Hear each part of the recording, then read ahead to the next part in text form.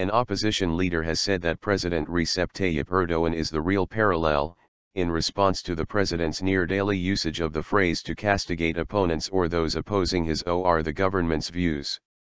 Nationalist Movement Party, MHP, leader Devlet Bahçeli spoke to the Sözcü daily on Tuesday before his election rally in the western province of Afyonkarahisar, where he criticized the president for slandering anyone he deemed a threat by calling them a member of the parallel structure, a term coined by the president and his associates to refer to the Gülen movement, also known as the Hizmet movement, a grassroots social initiative inspired by Turkish Islamic scholar Fethullah Gülen.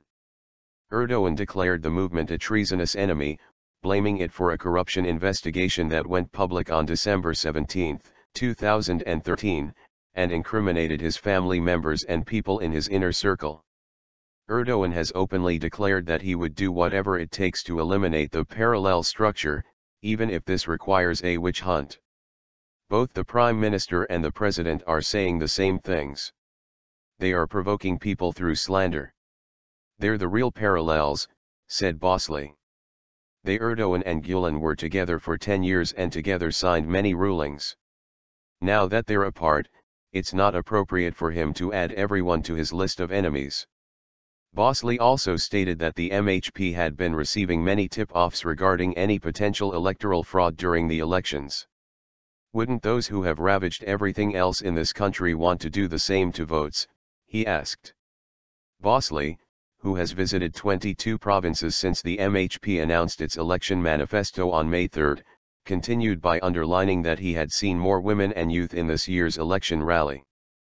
Before, the women of the MHP would group up in a certain place of the rally grounds.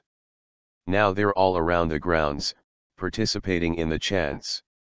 The MHP election manifesto's promises to improve life for the economically disadvantaged weigh as heavily as criticism of the ruling party for risking the nation's unity by negotiating a settlement on the Kurdish issue. One of Bahçeli's major pledges in the party's election manifesto is to increase the minimum wage, which is currently TL $949, $354, to TL $1,400, $517. By supplementing the minimum wage with bonuses for those who live in the big cities, the party apparently hopes to make its offer look more attractive than that of the main opposition Republican People's Party, CHP, which also promised to increase the lowest level of remuneration to TL $1,500, $560. However, the MHP was also ardent in its criticism against the roadmap announced by the ruling Justice and Development Party, AK Party, and the pro-Kurdish People's Democratic Party, HDP, in March, to resolve the country's decades-old Kurdish problem.